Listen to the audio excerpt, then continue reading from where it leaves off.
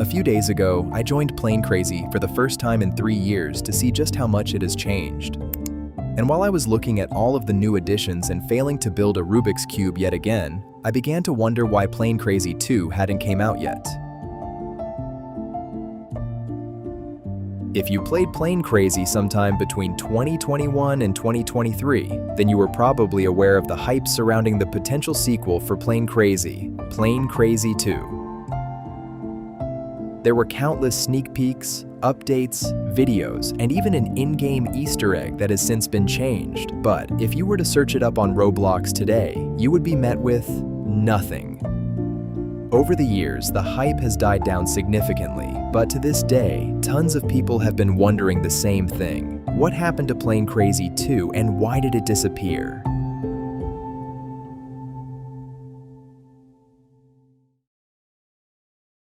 Before we can get into the fate of Plane Crazy 2 though, we first need to understand why the sequel was needed in the first place. When Plane Crazy was created in 2014, it was built entirely using a method called hard coding. If you aren't a programmer, that might sound like nonsense, but luckily it's pretty easy to understand. Games can either be hard-coded or soft-coded. Games that are hard-coded are rigid, meaning that they aren't able to be modified without rewriting the core code, while games that are soft-coded are flexible, allowing you to change settings easily without affecting any unrelated parts of the game. Think of a hard-coded game as a house that is made entirely out of concrete, where every single wire, pipe, and piece of furniture is fused into place once the house is built. Rather than being able to remove a broken light bulb by twisting it, you would have to smash through the ceiling and destroy the bulb to get it out. In Plane Crazy's case, its hard-coded foundation meant that whenever Rick J wanted to add new blocks and features to the game, each addition would essentially smash through the existing code and break multiple unrelated mechanics. Also off topic, but these mines might be the most pointless game pass I've ever seen.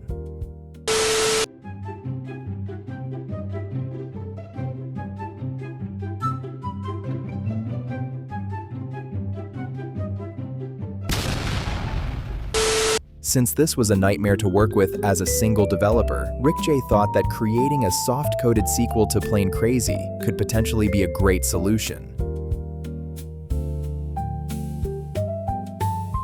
Development began on the brand new sequel back in 2020, and things seemed to be going great at first. Tons of modelers worked on reworking the designs of parts and terrain. Rick J worked on rewriting the code and making the game soft-coded, and throughout all of this progress, Rick J was sharing tons of development updates with the community. As time progressed though, many issues began to arise. Since Rick J was the lead developer behind Plane Crazy 2, the development process was a huge commitment for him. And unfortunately, towards the end of 2022, Rick J began dealing with personal issues that conflicted with his ability to work on the game. As a result, development began to slow, sneak peeks became more intermittent, and the game's release didn't seem as promising as it once did.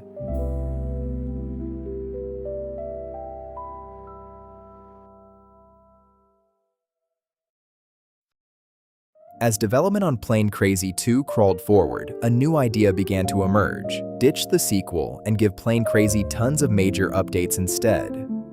This idea became reasonable for 3 main reasons. The first reason was that the ownership of the game was transferred to a Roblox group.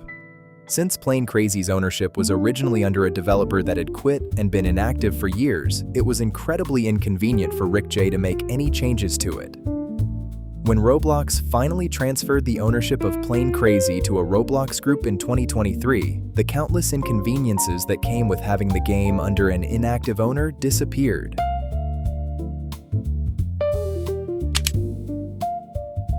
The second reason was that after years of working on Plane Crazy 2, the hard code to soft code rewrite had essentially been completed, and many of the new systems, improved physics, and numerous features were already functional. Because the code rewrite, which was the main reason for creating the sequel in the first place, had essentially been completed, it became possible to bring those improvements directly into Plane Crazy instead. The final reason was that updating the original game would be the more practical option.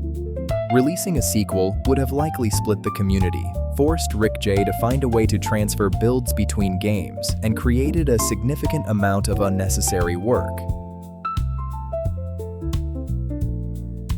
When these reasons are taken into consideration, the release of a new sequel no longer made much sense, which was why the decision to cancel Plane Crazy 2 was eventually made.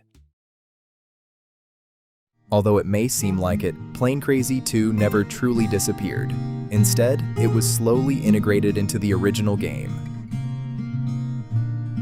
Over the past few years, many large updates have slowly brought the systems, mechanics, and features that were intended for Plane Crazy 2 back into the original game. This means that the current version of Plane Crazy is, in many ways, the sequel that Plane Crazy 2 was meant to be.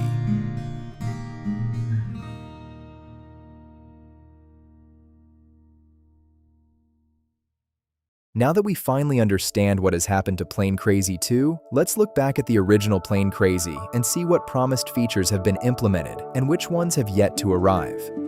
Before we go through this list though, I want to make it clear that every feature I mention was promised by Rick J at some point in time. However, that doesn't necessarily mean that every feature is guaranteed to make it into the original game. Let's begin with the 12 promised Plane Crazy 2 features that still haven't made it into the original game. The first feature that hasn't been seen in Plane Crazy yet is improved water physics. Rather than clipping through builds like it currently does, water would react realistically to builds and external forces. Speaking of water, Rick J also promised to add infinite oceans around the Plane Crazy island, giving players as much space as they could possibly need for their builds. The third confirmed feature is the expansion of the Plane Crazy Island to 16 times its current size, which was confirmed to include 4 features: lava rivers, roads and tunnels, an improved airport, and improved railroads.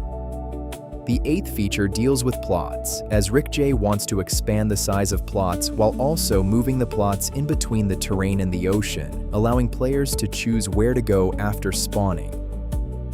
The 9th feature is the addition of outer space, which will hopefully make building rocket ships a lot more rewarding. If your rocket doesn't make it into space though, then you can use the 10th feature, which is the improvement of parachutes. The last 2 features are both blocks, the saw block and the cannon block. The saw block is a combat item that is intended to work similarly to the cutter, and the cannon block is another combat item that would be the ship equivalent to the rocket. Now that we've gone over the features that have yet to come, let's go over the Plane Crazy 2 features that have already been implemented into the original game. The first and most obvious Plane Crazy 2 feature is the revamped user interface. The new interface looks a lot cleaner, takes up much less space, and makes the game significantly easier to navigate. The second feature implemented is larger servers. Although we were promised 18-player servers in Plane Crazy 2, the server size did jump from 10 to 12 players. The third feature is the addition of shaders.